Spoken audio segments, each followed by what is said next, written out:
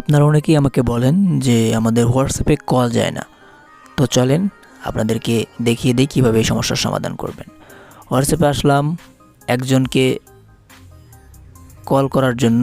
তো এই যে এটা আমারই অ্যাকাউন্ট, তো আমি এটাকে কী করতেছি, কল দিতেছি। কল দেওয়ার সাথে সাথে আপনারা এখানে দেখবেন এমন আসবে।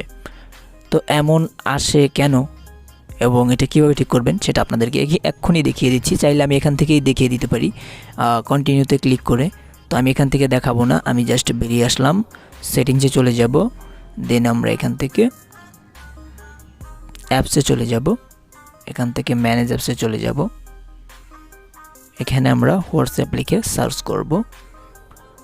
সার্চ করার পর হোয়াটসঅ্যাপে ক্লিক করে আমরা এখান থেকে যে অ্যাপ পারমিশন নামের একটি অপশন দেখতে পাচ্ছি, এটাতে ক্লিক করব।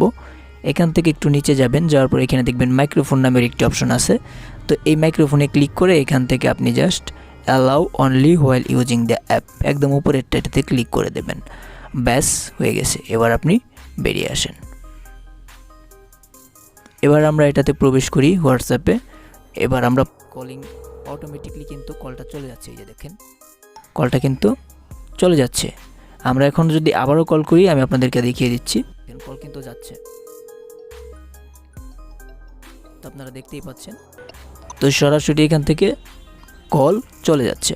তো এইভাবে আপনারা এই সমস্যার সমাধান করতে পারেন। তো যদি ভিডিওটি ভালো লাগে অবশ্যই একটি লাইক দেবেন, নতুন ভিজিটর হলে অবশ্যই সাবস্ক্রাইব করবেন। আল্লাহ হাফেজ।